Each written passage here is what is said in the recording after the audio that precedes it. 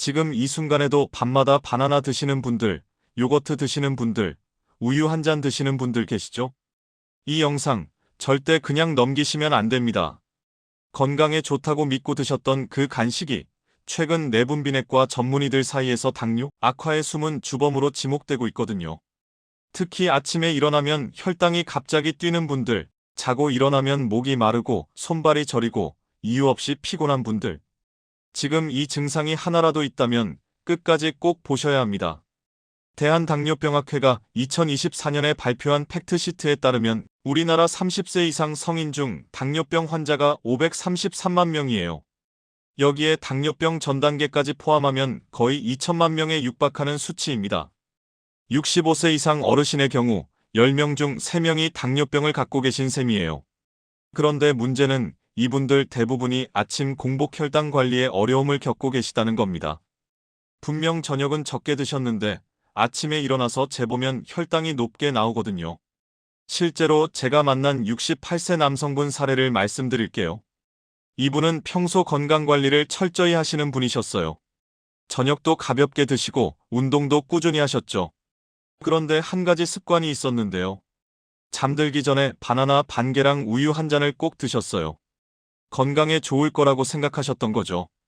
그런데 어느 날 정기검진을 받으셨는데 공복 혈당이 148까지 올라가 있었습니다. 당뇨병 진단 기준이 126이거든요. 이미 넘어선 상태였던 거예요. 담당 의사 선생님께서 물으셨대요. 혹시 밤에 드시는 거 있으세요? 그때서야 이분이 깨달으신 겁니다. 건강식이라고 믿었던 밤 간식이 오히려 혈당을 망가뜨리고 있었다는 걸요. 자, 그러면 왜 이런 일이 생기는 걸까요? 바나나도 건강식이고 요거트도 건강식이고 우유도 건강식이잖아요. 낮에 드시면 아무 문제가 없는데 왜 밤에만 문제가 되는 걸까요?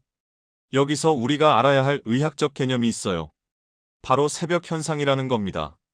우리 몸은 잠을 자는 동안에도 쉬지 않아요.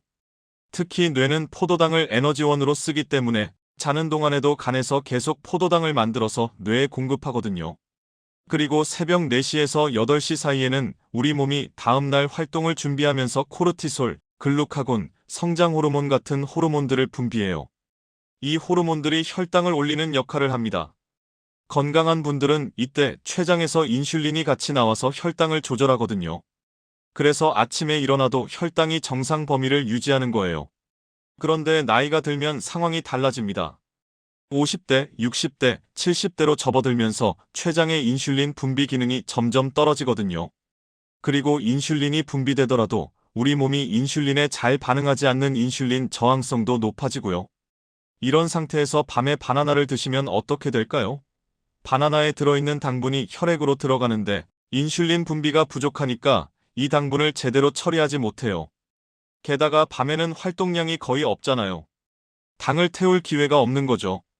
결국 이 당분이 혈액 속에 밤새 떠다니다가 새벽에 호르몬까지 분비되면서 혈당이 더 올라가는 겁니다. 아침에 일어나서 혈당을 재면 높게 나올 수밖에 없는 구조인 거예요. 자, 여기서 많은 분들이 놓치시는 게 있어요. 바로 잘못 알고 계신 상식인데요. 과일은 천연당이니까 괜찮다라고 생각하시는 분들 많으시죠? 사실 이게 완전히 틀린 말은 아니에요. 낮에 적당량을 드시면 과일의 식이섬유가 혈당 상승을 늦춰주거든요. 그런데 문제는 밤 시간대라는 거예요. 그리고 과일 종류에 따라서도 혈당에 미치는 영향이 완전히 달라요. 대한당뇨병학회 자료를 보면 바나나, 수박, 망고 같은 과일은 혈당 지수가 높은 편이에요. 반면에 블루베리, 사과, 체리 같은 과일은 혈당 지수가 상대적으로 낮고요. 블루베리 같은 경우는 미국 당뇨병학회에서 당뇨병에 도움이 되는 슈퍼푸드로 선정하기도 했어요. 그래서 똑같은 과일이라도 어떤 과일을 언제, 얼마나 드시느냐에 따라 결과가 완전히 달라지는 거예요. 두 번째 사례를 말씀드릴게요. 72세 여성분인데요. 이분은 평소에 요거트를 건강식으로 즐겨 드셨어요. 특히 잠들기 전에 과일이 들어간 요거트 한 컵을 드시는 게 습관이셨거든요. 그런데 어느 날 새벽에 갑자기 가슴이 두근거리고 식은땀이 나면서 잠에서 깨셨대요. 처음에는 악몽을 꾼 줄 알았는데 아침에 일어나서 혈당을 재보니까 178이 나온 거예요. 병원에 가셔서 연속 혈당 측정기를 일주일 동안 달아보셨는데요. 결과를 보고 깜짝 놀라셨대요.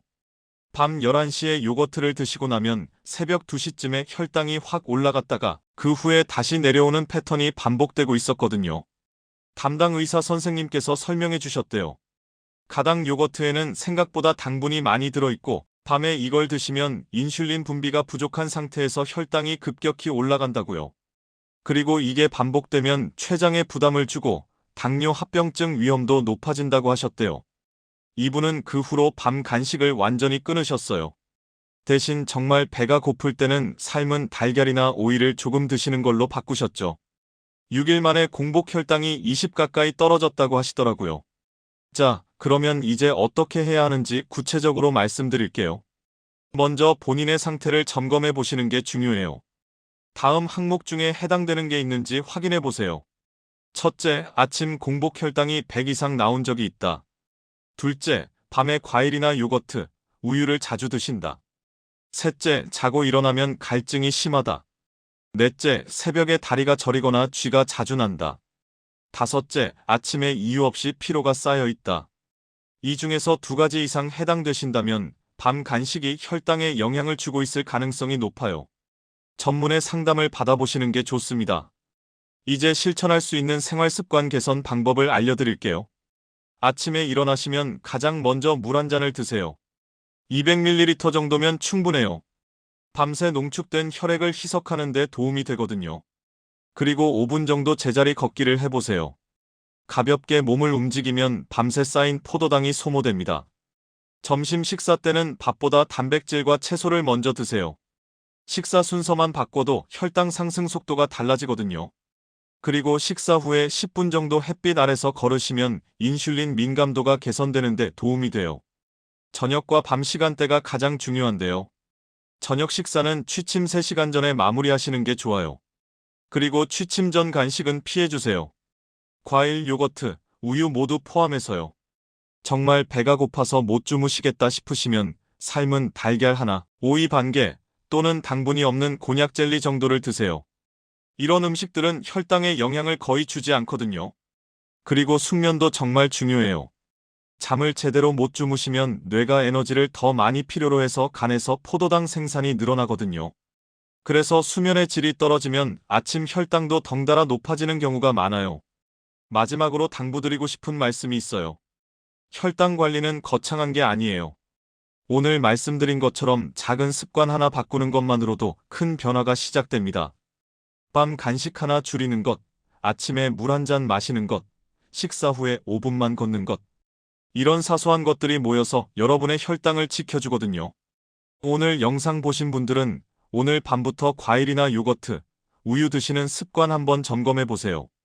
일주일만 끊어보시고 아침 혈당이 어떻게 변하는지 직접 확인해 보시는 거예요. 그리고 혹시 부모님이나 가족분 중에 혈당 걱정하시는 분 계시면 이 영상 꼭 공유해 주세요. 이 정보 하나가 사랑하는 분의 건강을 지키는데 도움이 될 수 있습니다. 다음 영상에서는 아침 공복 혈당을 확실하게 낮추는 아침 루틴에 대해 자세히 알려드릴게요. 구독과 좋아요 눌러두시면 놓치지 않고 보실 수 있습니다. 오늘도 건강하게 보내시고 다음 영상에서 뵐게요.